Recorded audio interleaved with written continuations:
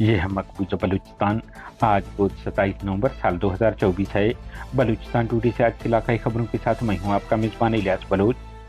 بلوچستان کے ضلع کلات میں پاکستانی فورسز کی فوج کشی جاری۔ کلات شہر، اسکلکو، یوسفی اور ہرگوئی کے علاقوں سے 40 کے قریب افراد کو جبری لاپتہ کر دیا گیا ہے، تاہم مکمل تفصیلات نہیں مل سکے ہیں۔ ضلع کیچ کے علاقہ بلیدہ زامران کے علاقوں میں پاکستانی فورسز کی فوج کشی جاری۔ تربت بم دھماکے میں زخمی نوجوان فورسز کی قید میں ہلاک ہو گیا۔ لواحقین کا فورسز پر نوجوان کو قتل کرنے کا الزام۔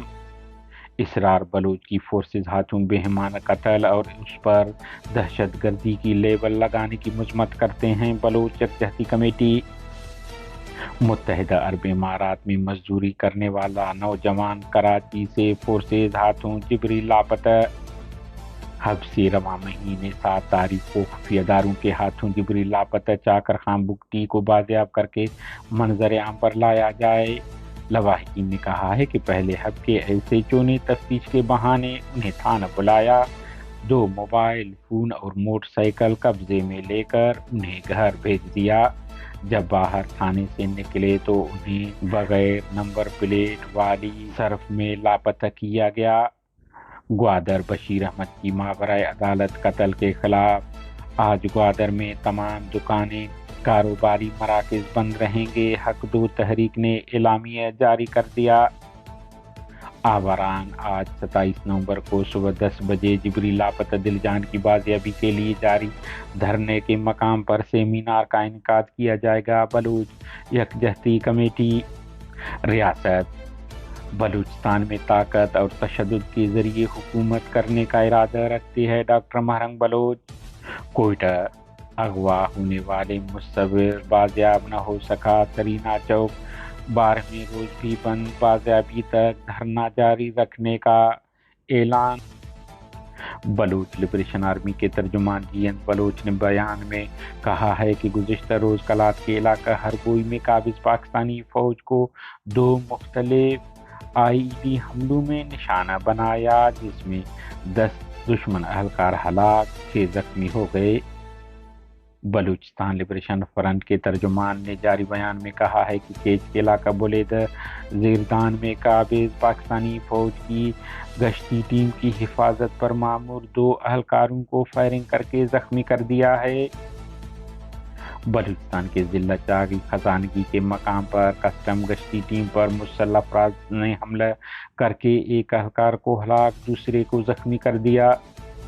اشتم احمد میں مسلح افراد نے فائرنگ کر کے انتظار عرف معتبر چانڈیو نامی شخص کو رشتے کے تنازع پر قتل کر دیا، جبکہ دوسرے واقعہ میں مسلح افراد گھر میں گھس کر فائرنگ کی، جس میں ایک شخص زخمی ہوا۔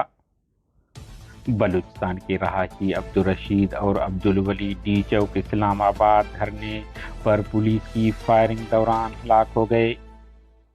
کوئٹہ مغربی بائی پاس کراس کے پاس بم ناکارہ بنا دیا گیا، پولیس۔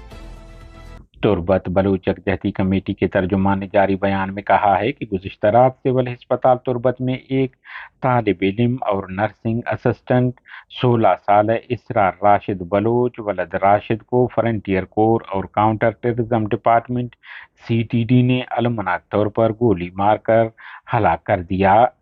انہوں نے کہا ہے کہ تربت کے تحصیل چوک پر ہونے والے المناک بم دھماکے کے نتیجے میں 3 راہگیر وسیم اکرم، عامر وسیم اور اسرار راشد زخمی ہو گئے تھے، جنہیں علاج کے لیے سول ہسپتال تربت منتقل کر دیا گیا۔ اسرار بلوچ کو علاج کے دوران CTD اور فرنٹیئر کور کے اہلکار زبردستی اپنے ساتھ لے گئے۔ بعد ازاں اس کے اہل خانہ کو اطلاع ملی کہ اس کی بے جان نعش مردہ خانے میں رکھ دی گئی ہے۔ بلوچستان کے ضلع آوران تیرتیج کے رہائشی نوجوان پرویز ولد عبدالصمد نامی نوجوان کو پاکستانی فوج نے کراچی سے حراست میں لے کر لاپتہ کر دیا۔ بتایا جا رہا ہے کہ مذکورہ نوجوان کو گزشتہ رات کراچی کے علاقہ لیاری کلری سے پاکستانی فوج نے حراست میں لیا، جس کے بعد وہ لاپتہ ہے۔